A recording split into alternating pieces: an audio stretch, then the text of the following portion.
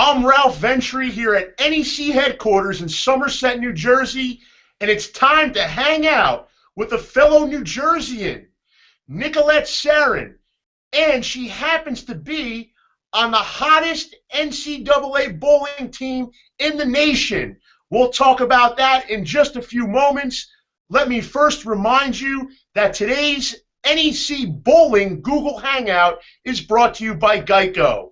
15 minutes could save you 15% or more on car insurance. Visit geico.com. And as I mentioned, it's a pleasure to hang out with the fellow New Jerseyan, Nicolette Sarin. She's up in Hackensack. I'm down in Somerset. Nicolette, what's happening up there? How are you doing today? I'm doing great. It's a little snowy up here, but besides that, I'm doing awesome. Just how excited are you right now to hang out with NEC Ralph? Well, if you haven't seen my tweet, I'm very excited. Ready for this interview? All right. It's not an interview. There's no pressure. I'm not asking you questions. We're hanging out here. It's simply a Google Hangout. So with that said, I mentioned that Fairleigh Dickinson is the hottest team in the nation right now when it comes to NCAA bowling. Number 2 in the national poll, 77 wins, 16 losses. That's an .828 win percentage. It's off the charts. It's pretty unbelievable. Fairleigh Dickinson has won or finished in first place every single tournament this year except one, the Prairie View A&M Invitational. You lost to Nebraska in the championship match. But in terms of total pinfall, FDU was number 1 at that meet as well. So you guys are on fire. Nicolette, how are you doing it? What's going on up there? How have you guys kept up such a high level of play from October all the way now until February, through February? Well, we kind of look at it as never settling. As soon as we settle and get comfortable with how we're doing is when we kind of will take 5 steps backwards. So we've just gone into workouts and tournaments and practices all throughout the year, just working harder, getting better each time. Our practices, our workouts, they're all trained to make us do that, to push ourselves, to finish things, and that kind of has brought into the tournaments, and that's why we're able to succeed. Now, what about this team in particular? Obviously, this is your 3rd year competing for Fairleigh Dickinson. You saw significant time as a freshman. You qualified for the national tournament your freshman year. The team returned to the national tournament your sophomore year. You were ranked in the top 10 in the nation throughout your entire FDU career. But this team in particular, you're number 2. You've been number 2 for quite some time. You really haven't lost the tournament, so to speak. Why has this team having even more success than the teams in the past couple of years? What is so special about this particular group of Fairleigh Dickinson Knights? If I had to pick one word to describe this team compared to the prior teams, it would be depth. If someone's struggling, the person that comes in to relieve them just gets it done. They're like a firecracker to the team. There's been multiple times where we've won tournaments with different lineups in, and it just really shows how deep this team can go. We score whether we're bowling on tough conditions, easy conditions, anywhere with anybody in, and that's what makes it so great. We have a lot of solid players. Now, a lot of those solid players are from New Jersey. 3 of the regulars, including yourself, you're from South Jersey, along with Morgan Brown. She's from the Deptford area. And, of course, we have this freshman from Brick Township.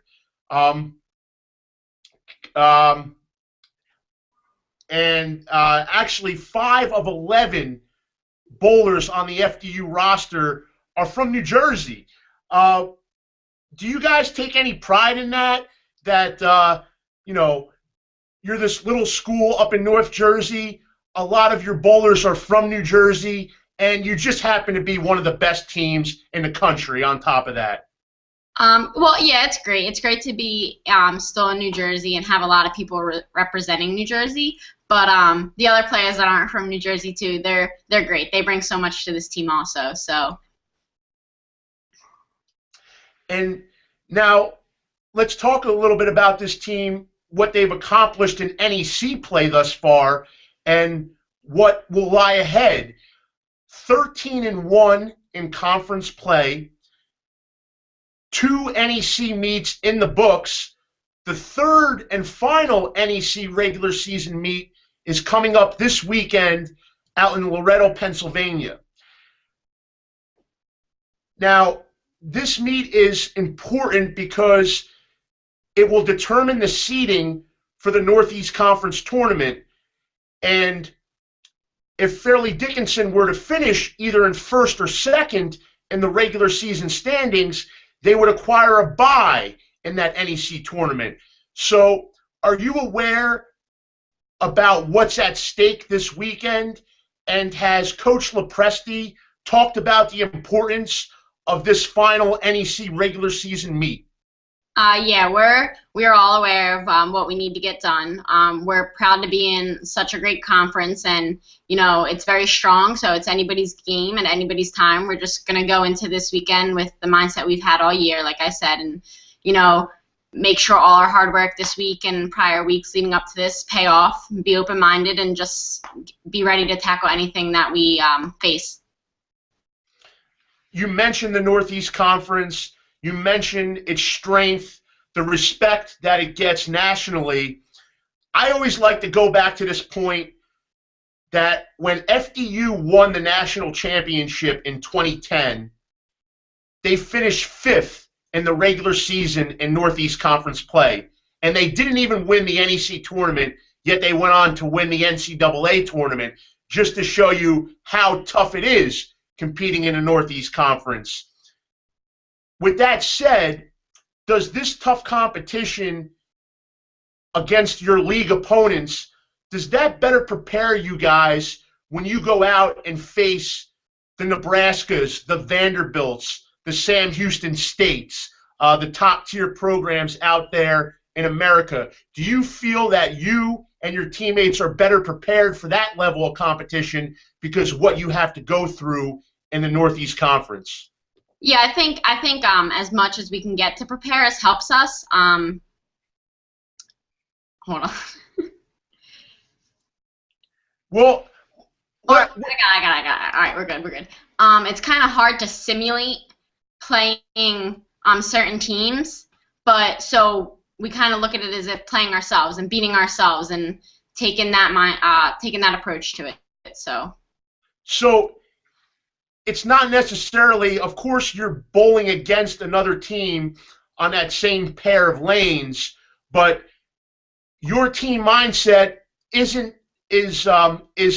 to not look at who you're bowling, but to just look at yourselves and what your team is doing on your particular lane. Is that what you're trying to say, that you don't necessarily take notice of who you're bowling against? You're just worried about your own performance on your own lane? Yeah, I mean, we pay attention to what's going on during the matches and stuff, but since we've been having a great season, we just need to make sure that we can beat ourselves, because we know that if we're beating ourselves, we can beat other teams. Now, you mentioned about how the NEC tournament is really anybody's game. Last year, you had an early exit from the NEC tournament, and St. Francis University wound up taking the NEC tournament title. The fact that you didn't win it last year, does that make you even hungrier this time around? Do you want it even more now, knowing that you got knocked off last year and you're not the defending champion, you're not the #1 team in the Northeast Conference? Yeah, I definitely think so. I mean, it's one of our goals that we established as a team in the beginning of the year, to be regular season champs, to be conference champs. So I definitely think all of us are hungry for it. It'd just be another addition to the season that we're having right now, so it'd be great. Now, you mentioned the team's goals at the beginning of the year. And I'd imagine that for a program like FDU, every year one of those goals has to be qualifying for nationals and then winning nationals, no?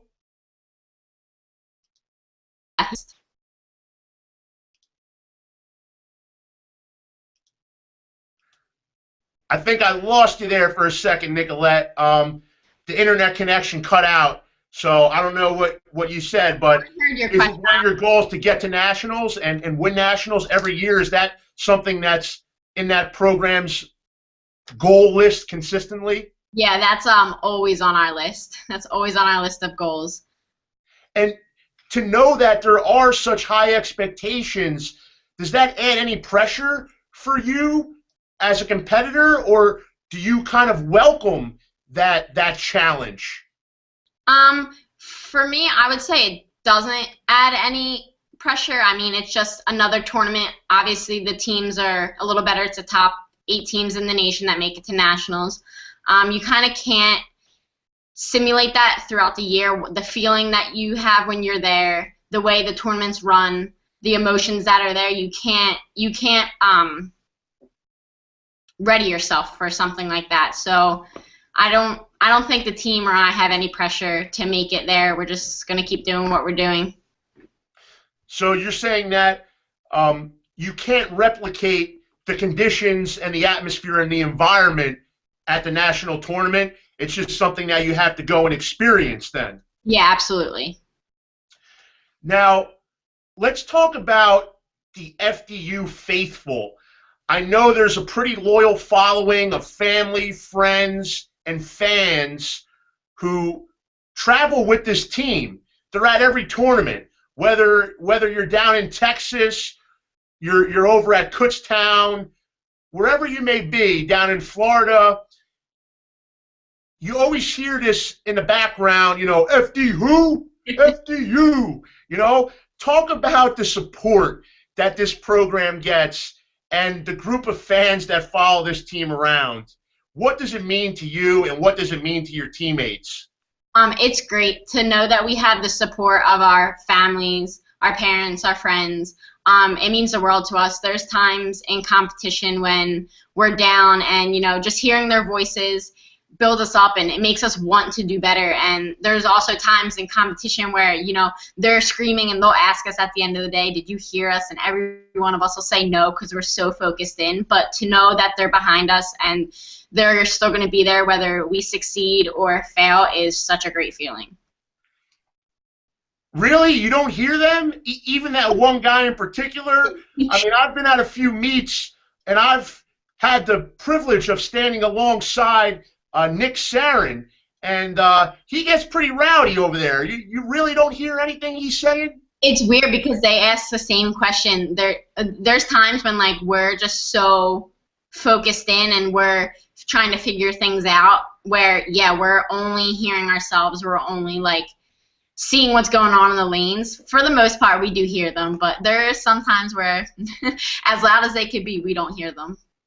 And how do you feel that it's your dad who is one of the leaders of the group, leading the charge, always clapping it up, always trying to stay positive and root the Knights on to victory? It's pretty funny. It's great. I kind of can connect with him because the team looks at me as a leader this year, and to see that my dad's instilling things that he does into me is a great feeling. So now I gotta ask you, who do you think is more nervous about your performance? You, yourself, or your dad?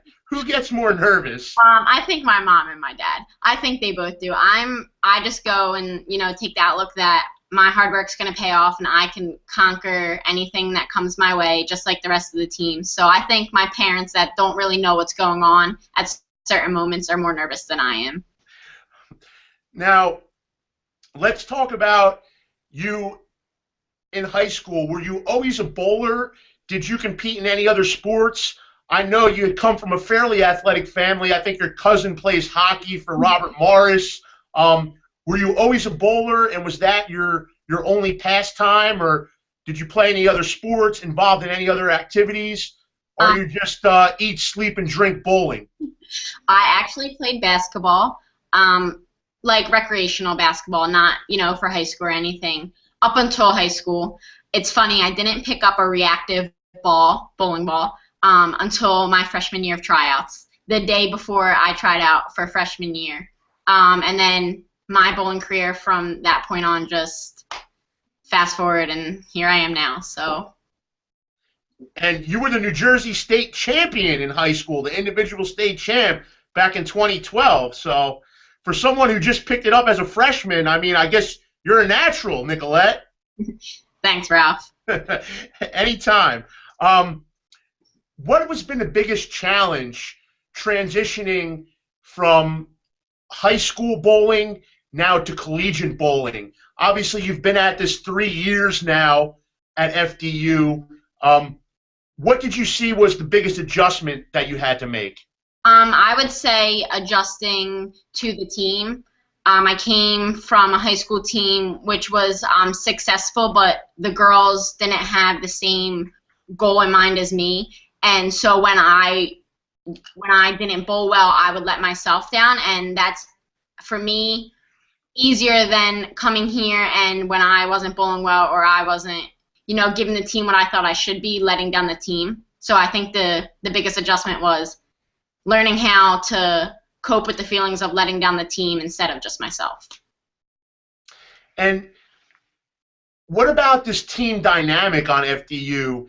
It seems that everybody is pretty competitive, and does that competitive nature, is that one of the elements that makes this team successful?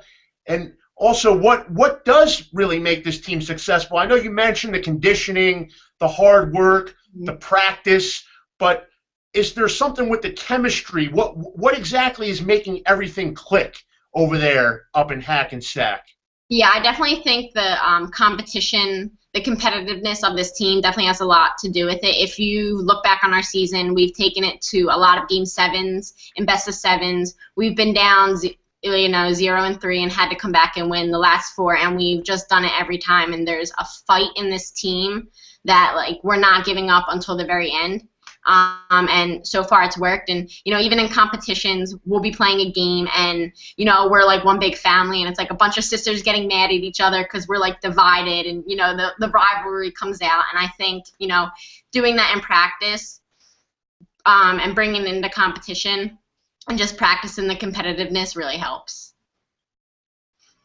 Now, I got to ask you, I did receive one question for you on Twitter, and they want to know, what's your favorite thing to do during practice? I would say the competition. It adds a little fun into our practices. We still have to make sure we're making the shots like we do in tournaments. And, just the rivalry, like I mentioned before, it's fun to see all of us get mad at each other, because it's not like that when we're in competition. It's not like that when we're just hanging out. So it's fun to see both sides of the team.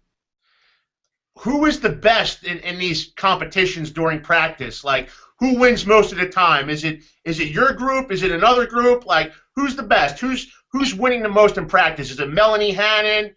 Who do you got over there? Leah? Well, we do individual competitions and group competitions, but they varied up a lot. I don't know. It's weird because it flip-flops back and forth. Like, my team will win sometimes, Leah's team will win sometimes, Morgan's team will win sometimes. It's just, who's making the shots better on that certain day. Now, I got to ask you one final question. I mentioned Twitter before. Who's your favorite person to follow on Twitter? Let's see. I think I should say you. Yeah, what took you so long to think of that? Who's my favorite person to? Maybe I would say maybe you. I like seeing the interaction between you and my dad. It's pretty funny. And just the promotion you give our team in the NEC, it's really great. All right, well, good answer. You were supposed to say me. I don't know why it took you so long. I don't know why you had to think about it. But I should have asked you, who's your second favorite person to follow on Twitter other than me? Well, maybe your dad, too. All right, who's your third favorite other than me and your dad?